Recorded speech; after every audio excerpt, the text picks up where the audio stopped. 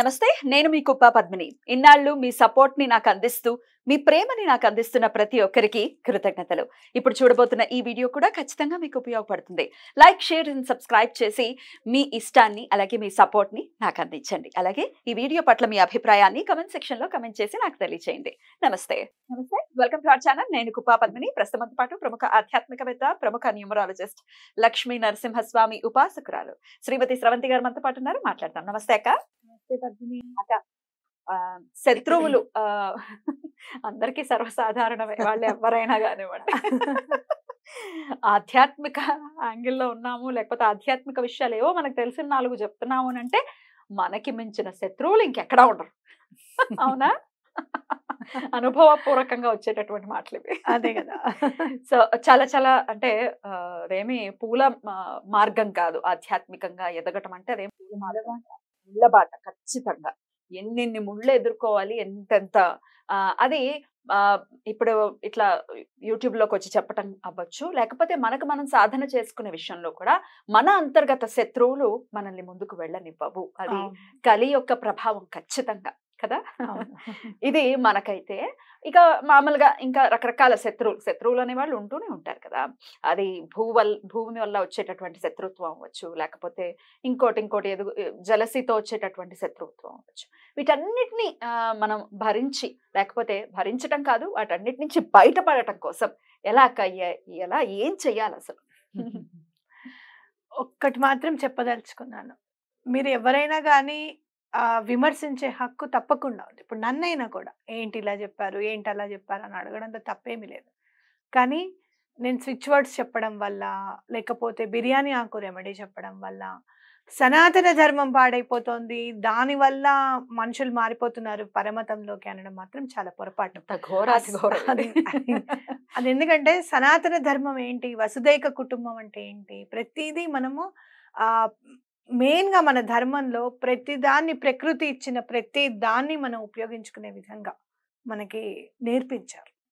అందులో బిర్యానీ ఆకు కూడా ఒక సనాతన ధర్మంలోనే అని నేను అనుకుంటాను. ఇప్పుడు నువ్వు యుఎస్ వెళ్తావు, ట్యూలిప్స్ అక్కడ బాగా దొరుకుతాయి. అక్కడ అవి తీసుకొని పూజ చేయాలని అనిపించదా? అయ్యో చామంతి పువ్వే పెట్టాలి అని అంటే దొరకకపోతే ఏం చేస్తాం, ఏ పువ్వు పెడతాం. నిన్న ఒకళ్ళు తీసుకొచ్చారు, గడ్డి పువ్వు తీసుకొచ్చారు. ఇట్లా గడ్డి బంతి పువ్వు అంట. అది ఎంత బాగుందో అసలు. పేరుకే కానీ వాసన ఉండదు, గడ్డి పువ్వు, కానీ దేవుడికి పెట్టచ్చు. మళ్ళీ చూడు ఇంత వెడల్పుగా, అసలు రోజుకి ఎంత హంగు ఉంటుందో ఆ గడ్డి పువ్వు కూడా అంతే హంగు, ఎంత బాగుంది. అయ్యో, ఈశ్వర సృష్టి ఏదైనా స్వామి తీసుకుంటాడు. ఇదేంటిది, ఇది చేయొద్దు అది చేయొద్దు, మరి నైటీలు వేసుకుని వీడియోలు చెప్పుకుని, షాళ్ళు కప్పేసుకుని వీడియోలు చెప్తే అక్కడెక్కడ ఉంది శాస్త్రీయత? అక్కడ లేని శాస్త్రీయత ఎందులో కావాల్సి వచ్చింది? కాబట్టి మీరు ఎందుకు చెప్తున్నారు అసలు స్విచ్ వర్డ్స్ అనేవి ఏంటి అని నన్ను అడిగితే నేను ఎక్స్ప్లెయిన్ చేస్తాను. ఓకే, ఇప్పుడు మనం ఆంజనేయ స్వామి గురించి, హనుమాన్ లాంగూల స్తోత్రం. లాంగూలము అంటే వాలము అంటే ఏంటో అని కూడా అడుగుతారు, అందుకే చెప్తున్నాను. తోక. ఆంజనేయ స్వామికి తోక అంటే కోపంట. ఎందుకు అనంటే, నీ తోకకు నిప్పంటిస్తాను, తోక ఉన్నవాడివి అని చెప్పి ఇట్లాంటి మాటలు రావణాసురుడు ఎన్నో అంటాడనమాట. అందుకని తోక అనగానే ఆంజనేయ స్వామికి రావణాసురుడు గుర్తుకొస్తాడు. ఆ వృత్తాంతం అంతా గుర్తుకొచ్చి ఆయన కోపం వస్తుంది. కాబట్టి వాలము అనాలి, లేకపోతే లాంగూలము అని అనాలి. లాంగూల స్తోత్రం చక్కగా ఉంది.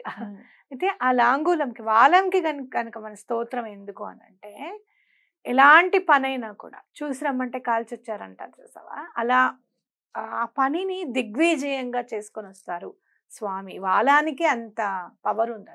అలాగే శత్రువుని భయపడతాడు ఖచ్చితంగా. సగం చచ్చాడు అసలు ఆంజనేయ స్వామి వెళ్తేనే, సగం చచ్చాడు రావణాసురుడు. రైట్. అయితే ఆయన చెప్తారు కూడా ఏమని, నేను నిన్ను సంహరించడం ఎంతో సేపు పట్టదు నాకు, కానీ నా ప్రభువు చేతిలో నువ్వు సంహరింపబడాలి.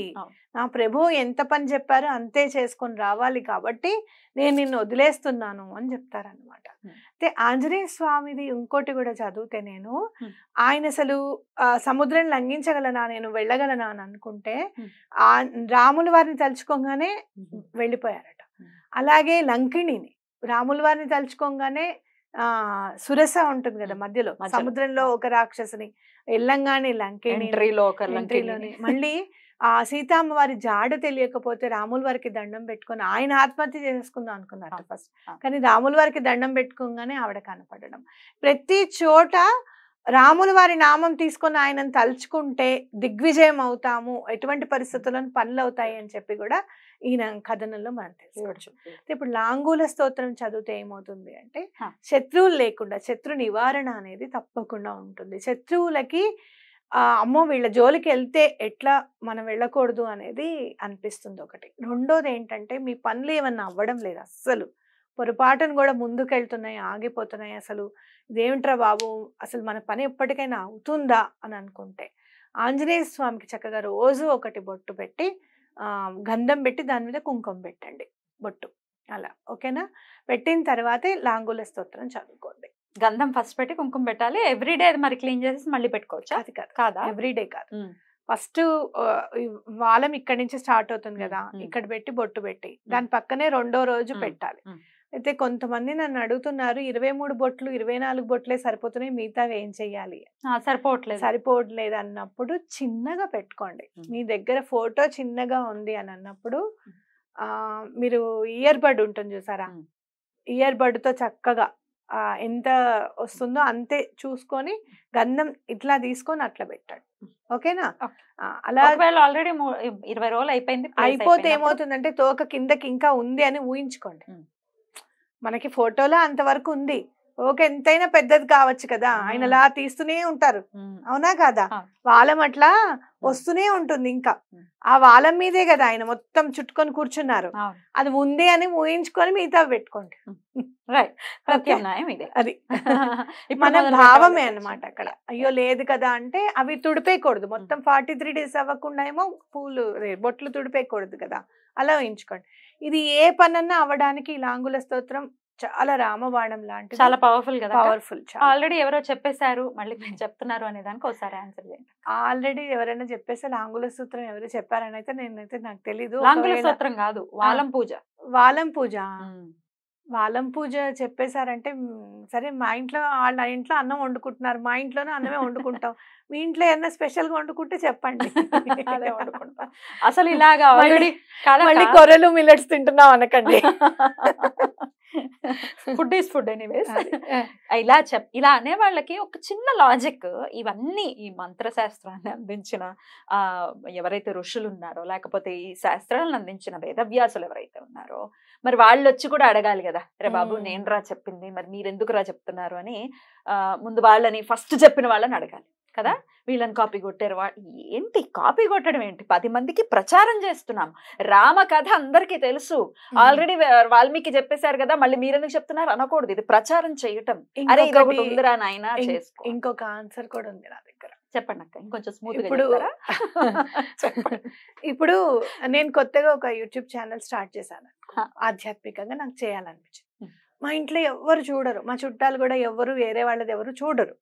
చూడనప్పుడు నేను వాళ్ళని ఒక ఆధ్యాత్మికంగా నేను ముందుకు తీసుకెళ్లాలని అనుకున్నాను అనుకో, నా ఛానల్లో నాకు తెలిసినవన్నీ పెడుతుంటాను. అరే శ్రవంతి పెట్టిందని చెప్పి చూస్తారు, ఒక్కళ్ళు వచ్చినా ఆధ్యాత్మిక దాంట్లోకి నేను సక్సెస్ అయినట్టే కదా.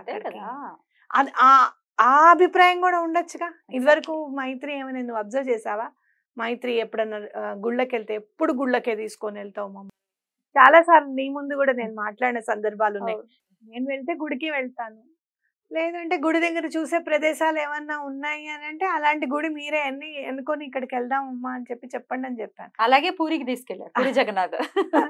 అలాగే తీసుకెళ్ళి ఇప్పుడు ఎంత మార్పు వచ్చిందంటే, అమ్మ నువ్వు గుడికి తీసుకెళ్ళకపోతే నాకు బాధ అనిపిస్తుంది, ఎక్కడికి వెళ్ళినా నన్ను గుడికి కూడా తీసుకోవాలి. మార్పు వస్తుంది డెఫినెట్. ఎందుకంటే అమ్మ చేస్తోంది, అమ్మ ఏం చెప్పిందో ఇవాళ, వాళ్ళ ఏ దేవుడి గురించి చెప్పిందో, ఏ భగవంతుడి గురించి చెప్పిందో అని చెప్పి వాళ్ళు కూడా లైన్ లోకి వచ్చేస్తారు నెమ్మదిగా. ఎండ్ ఆఫ్ ది డే ఇది మనం ఆధ్యాత్మిక విషయాలు 10 మందికి చెప్తున్నాము, దాన్ని కాపీ అయిపోయింది. ఏంటి కాపీ? ఎవరిని కాపీ కొడతాము ఏంటో. సరే, ఇది నాకు ఎప్పటికీ అర్థం కానటువంటి విషయం, మీరు అర్థం చేసుకోండి దయచేసి. అదే సరే, ఓకే, మీకే అర్థం కాలేదు, మేమేం అర్థం చేసుకోవాలనకండి. సరే, ఇప్పుడు ఆ స్తోత్రాన్ని ఒకసారి నేర్పిస్తారక్క? తప్పకుండా. ఇదైతే 43 days కూడా చదువుకోవాలి ప్రతిరోజు 43 days చదువుకోవాలి. చాలా బాగా పనిచేస్తుంది. ఓకేనా? రైట్ అక్క, చెప్పండి అక్క. శ్రీరామ రామ రామేతి రమే రామే మనోరమే సహస్రనామ తత్తుల్యం రామనామ వరాననే. శ్రీరామ రామ రామేతి రమే రామే మనోరమే సహస్రనామ తత్తుల్యం రామనామ వరాననే. శ్రీరామ రామ రామేతి రమే రామే మనోరమే సహస్రనామ తత్తుల్యం రామనామ వరాననే. రాముల వారిని మనం ధ్యానం చేయాలి. ఆంజనేయ స్వామిని మనం కనుక చదువుతాం. ఓకే, చదువుతా. హనుమన్ అంజనీ సూనో మహాబల పరాక్రమ లోలాల్లాంగూల పాతేన మమ రాతిని పాతయ మర్కటాధిప మార్తాండ మండలాగ్రసకారక లోలాల్లాంగూల పాతేన మమ రాతిని పాతయ అక్షక్షపణ పింగాక్ష దితిజా సుక్షయంకర లోలాల్లాంగూల పాతేన మమ రాతిని పాతయ రుద్రావతార సంసార దుఃఖభార పహారక లోలాల్లాంగూల పాతేన మమ రాతిని పాతయ శ్రీరామచరణాంభోజ మధుపాయీత మానస లోలాల్లాంగూల పాతేన మమ రాతిని పాతయ వాలి ప్రమత క్లాంత సుగ్రీవోన్మోచన ప్రభో లోలల్లాంగూల పాతేన మమ రాతిని పాతయ సీతా విరహ వారాసి భగ్న సీతేశ తారక లోలాల్లాంగూల పాతేన మమ రాతిని పాతయ రక్షో రాజ ప్రతాపాగ్ని దహ్యమాన జగద్వన లోలల్లాంగూల పాతేన మమ రాతిని పాతయ గ్రస్తాశేష జగత్ స్వాస్థ్య రాక్షసాంబోధి మందర లోలాల్లాంగూల పాతేన మమ రాతిని పాతయ గుస్య గుస్య స్ఫురద్వీర జగదగ్ధారి పత్తన లోలాల్లాంగూల పాతేన మమ రాతిని పాతయ జగన్మోనో దురుల్లంఘ్య పారావార విలంఘన లోలాల్లాంగూల పాతేన మమ రాతిని పాతయ స్మృతమాత్ర సమస్తేష్ట పూరక ప్రణత ప్రియ లోలాల్లాంగూల పాతేన మమ రాతిని పాతయ రాత్రించరత మోరాత్రికృంతనైక వికర్తన లోలాల్లాంగూల పాతేన మమ రాతిని పాతయ జానక్య జానకీ జానేహే ప్రేమ పాత్ర పరంతప లోలాల్లాంగూల పాతేన మమ రాతిని పాతయ భీమాదిక మహావీర వీరావేశవతారక లోలాల్లాంగూల పాతేన మమ రాతిని పాతయ వైదేహీ విరక్లాంత రామ రోషైక విగ్రహ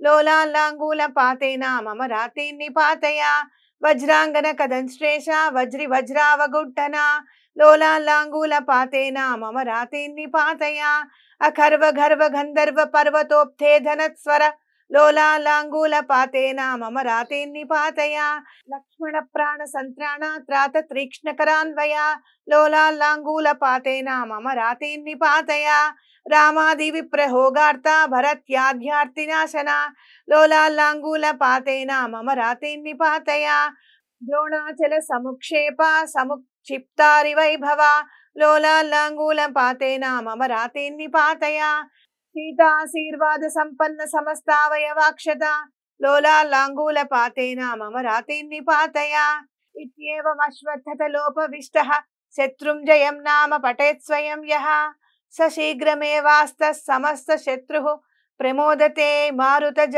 ప్రసాదాత్. ఇది శ్రీ హనుమాన్ లాంగూల స్తోత్రం. కొంచెం కష్టంగా ఉందా? చాలా కష్టంగా కొంచెం ఇంకా చాలా కష్టంగానే ఉంది. నేర్చేసుకుంటే ఈజీ అయిపోతుంది. నేర్చుకుంటే ఈజీగా ఉంటుంది. ఇంకొకటి చాలా ఒత్తులు ఉన్నాయి చూసావా, అంతంత శత్రువులు కూడా. లాస్ట్కి ఏం చెప్పాడు, ఎలాంటి శత్రువు అయినా కూడా మారుతి దయ వల్ల ప్రసన్నమవుతాడు. అంటే వద్దులే వాటితో మనకి శత్రుత్వం ఎందుకు అనే స్థాయికి వచ్చేస్తాడు. ఎటువంటి పరిస్థితుల్లోనూ శత్రువు మీ మాట వినాల్సిందే. ఇంకా శత్రుత్వం నశిస్తుంది, శత్రువు కాదు. రైట్ అక్క, చాలా చాలా అద్భుతంగా, అంటే వినటానికైతే చాలా చాలా బాగుంది. నేర్చుకుంటే ఖచ్చితంగా ఈజీ అవుతుంది. చక్కగా స్క్రోల్ చేశాం కాబట్టి నేర్చుకోండి. రైట్ అక్క, చాలా చాలా కృతజ్ఞతలు. చక్కటి విషయాన్ని మాకు ఈరోజు చక్కటి శ్లోకాన్ని కూడా నేర్పించి ఉన్నారు. థ్యాంక్ యూ సో మచ్ అక్క. నమస్తే.